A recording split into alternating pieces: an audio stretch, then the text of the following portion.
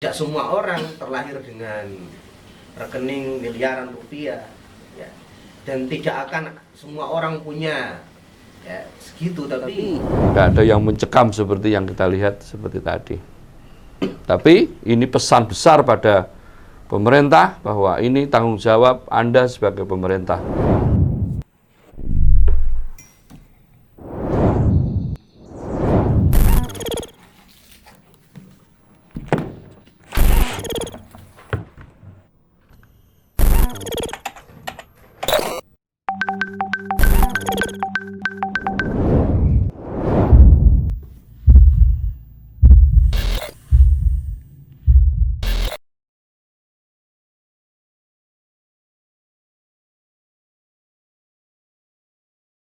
Assalamualaikum warahmatullahi wabarakatuh. Waalaikumsalam warahmatullahi wabarakatuh. Hamdan wa syukurillah ma ba'd. Pemirsa Al-Kalam yang mudah-mudahan dirahmati Allah Subhanahu wa taala. Faktor kekurangan ekonomi di rumah tangga terkadang menjadi penyebab berantakannya rumah tangga. Beberapa bulan yang lalu ada seorang ibu yang tega membunuh anaknya sendiri karena tidak diberikan nafkah oleh seorang suami.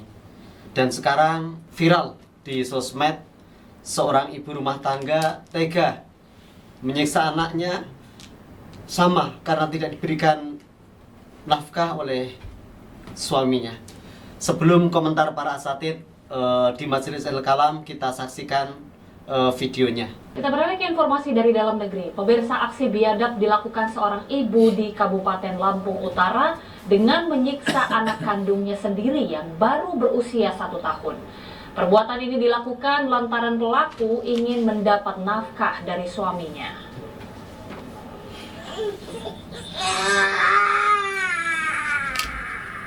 Tidak hanya menginjak, memukul, dan menggantung anaknya hingga terjatuh. Jangan dibuat saya. Ibu muda bernama Lydia Francisca Natalia, warga Tebing Kimpul, Kelurahan Bukit Kemuning, Kabupaten Lampung Utara ini, bagai telah kehilangan nuraninya, juga tega merekam sendiri aksi sadisnya tersebut.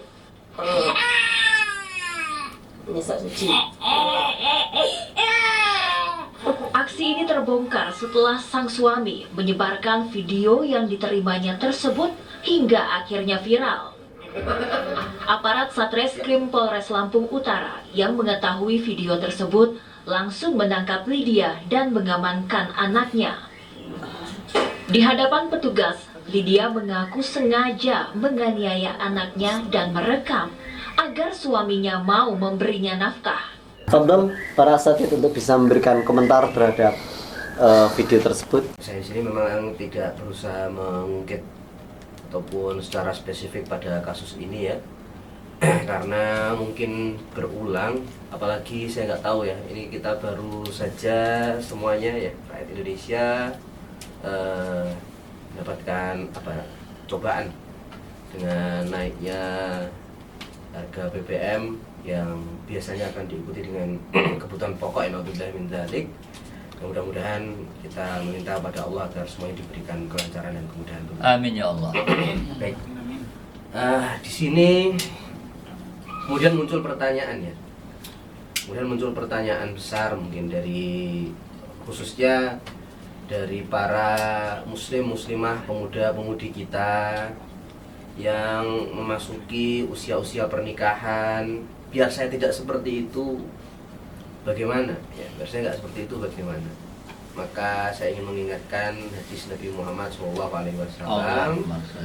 yang khususnya nanti karena saya sebagai laki-laki, saya ingin berbicara juga pada kaum muslimin, ya saudara-saudara saya laki-laki. Hadis Nabi Muhammad SAW, beliau bersabda, ittaqullaha fin nisa. Dasarilah hubunganmu, wahai para laki-laki, itaku kalian, ya, kalian dasarilah hubungan kalian dengan istri-istri kalian itu dengan ketakwaan.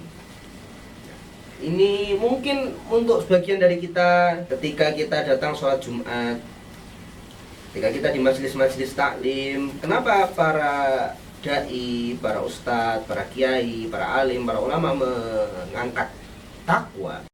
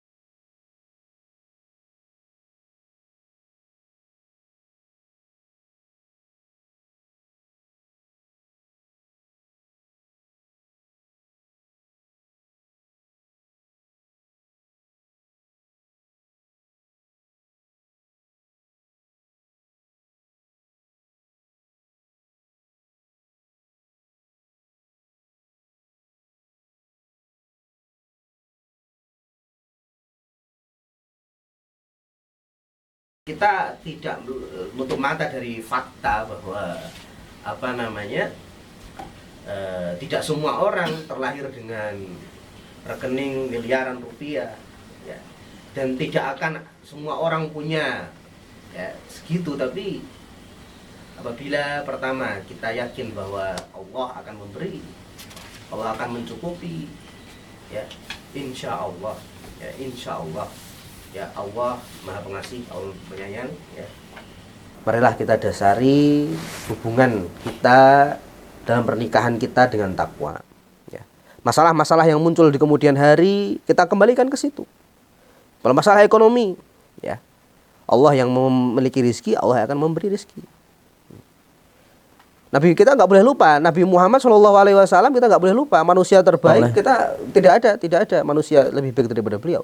Berapa kali beliau hidup dalam kelaparan? Ya. Berapa kali beliau mengikat, ya, menyabukkan batu ke perutnya untuk menghimpit lambung agar tidak sakit. Ya. Apa Allah tidak mencukupi beliau? Mencukupi. Ya. Ada waktunya kita lapar, ada waktunya kita kenyang, ada waktu susah, ada senang, ya. Itu semua adalah bagian dari kehidupan. Maka mensikapi dengan takwa. Bahkan ada satu riwayat Aisyah ketika ada minta datang ke rumahnya dan bisa memberikan sebutir kurma. Ya, separuh kurma bahkan. Ya, karena yang meminta ibu dan anaknya. Iya, ibu dan anaknya dipecah jadi dua itu kan. Iya. Kan menunjukkan bahwa Masya Allah hidup dalam kekurangan. Hidup dalam kekurangan. Memang ada hidup ya seperti itu ya. Tentunya ini ada masalah publik, ada masalah privat. Masalah publik ya tanggung jawab negara ya.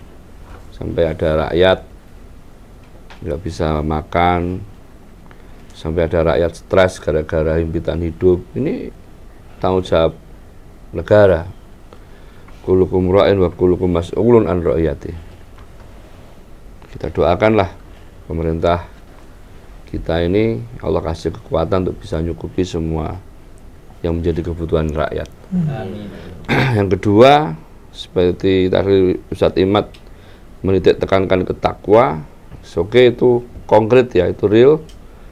Tapi mungkin lebih mudahnya ya memang dalam urusan rumah tangga itu tidak boleh dilepaskan dari urusan agama.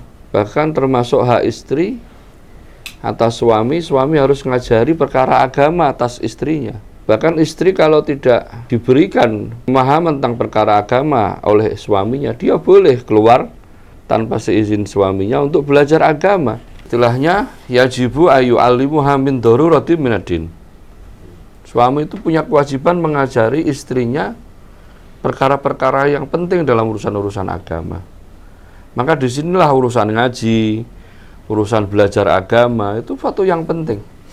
Dari sini akan kita tata kehidupan. Nanti kalau kita belajar agama, kita akan tahu bagaimana kewajiban suami, bagaimana kewajiban istri. Suami pun akan takut lari dari tanggung jawab, karena Nabi pun mengancam. Sebagaimana hadis Rasulullah SAW, wattaqullaha fin nisa, fa inna akhadtumuhunna bi amanatin minallah, wastahlaltum furujahunna bi kalimatin minallah. Hendaknya kamu wahai laki-laki takut pada istri-istri kalian, takut kepada Allah atas istri-istri kalian. Karena kamu nikahi istri-istri kalian itu amanat dari Allah. Dan kamu halalkan istri kamu itu juga menggunakan kalimat Allah. Nah, orang yang mutadayyin, orang yang punya tahu pemahaman agama yang baik, dia takut akan menyia-nyiakan hak istrinya, apalagi hak anaknya. Nah, disinilah peran agama itu akan mengontrol kehidupan manusia. Ya, setidakpunya seseorang kalau dia punya tanggung jawab, saya kira tidak separah tadi lah ya. Mungkin kasus yang terjadi tadi itu kasus akumulasi. Lah sudah tidak dikasih nafkah, ditinggal pergi suaminya, disakiti hatinya, stres. Ya, itu akumulasi masalah, stres. Apa yang bisa lakukan? Ya itu yang bisa lakukan. Memang dia sengaja memviralkan. Ya kan, ini tingkat stres yang sangat tinggi. Orang melakukan kriminal, diabadikan, disebarkan, coba. Itu kan menunjukkan tingkat stres yang sangat tinggi. Ya, jadi memang kompleks masalah ini, tapi hemat perhatian yang hemat yang bisa saya sampaikan, mari para remaja, muda pemudi ini sebelum menikah ini memang harus dikuati urusan-urusan perkara agama, dan setelah menikah jangan jauh dari urusan-urusan agama. Nah, insya Allah kalau dengan seperti ini Allah akan berikan kemudahan-kemudahan hidup. Ya tentu hidup itu seperti sampaikan Ustaz Imad tidak terus mulus ya ada susahnya. Tapi bagi orang yang beriman kepada Allah dan Rasulnya, dinamika kehidupan itu sangat indah. Nggak ada yang mencekam seperti yang kita lihat seperti tadi. Tapi ini pesan besar pada pemerintah bahwa ini tanggung jawab Anda sebagai pemerintah.